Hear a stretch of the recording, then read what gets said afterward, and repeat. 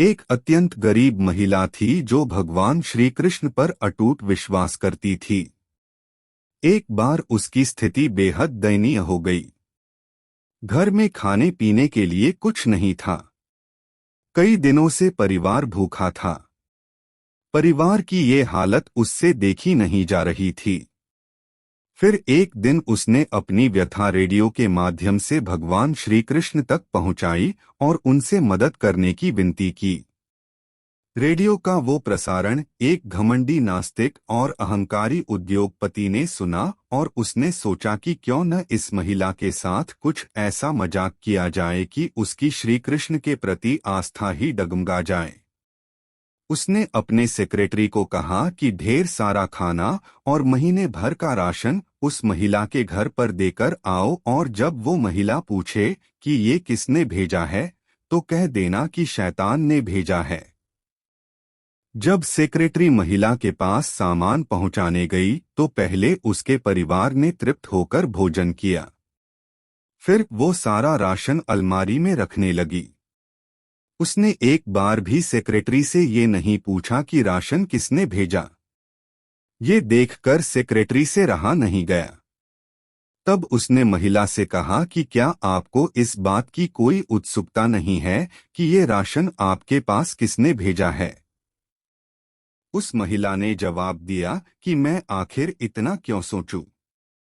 मुझे मेरे श्री कृष्ण पर पूरा भरोसा है। जब मेरा कृष्ण किसी को आदेश देता है तो बड़े से बड़े शैतानों को भी उसके आदेश का पालन करना पड़ जाता है। वो जो भी करेगा अच्छा ही करेगा। इस कहानी से हमें ये सीख लेनी चाहिए कि आप किसी भी हालात में क्यों न हो, ईश्वर पर अपना अटूट भरोसा कायम रखें। आपके जीवन में जो कुछ भी आपको मिला है वो आपके ही कर्मों का नतीजा है। लेकिन जब भी आपको उस ईश्वर की जरूरत होगी और उसे दिल से याद करेंगे तो वो आपकी मदद किसी न किसी रूप में जरूर करेंगे। गीता में जीवन के सार का वर्णन बहुत ही विस्तार से किया है। गीता को भगवान श्री कृष्ण का ही एक स्वरूप माना गया है। गीता में मनुष्य के जीवन को सफल बनाने के लिए की सूत्रों का वर्णन किया गया है। जीवन में सफलता प्राप्त करने के लिए भगवान श्री कृष्ण के जीवन से जुड़ी तमाम बातों का अध्ययन करके सीखा जा सकता है। आइए जानते हैं भगवान कृष्ण के जीवन से जुड़ी कुछ अहम बातें। पहला मंत्र, शांत स्वभाव रखकर काम करना। वैसे तो भगवान श्री कृष्ण बचपन में बहुत नटखट स्वभाव के थे। विपरीत परिस्थितियां आने पर उनका स्वभाव हमेशा शांत रहता था।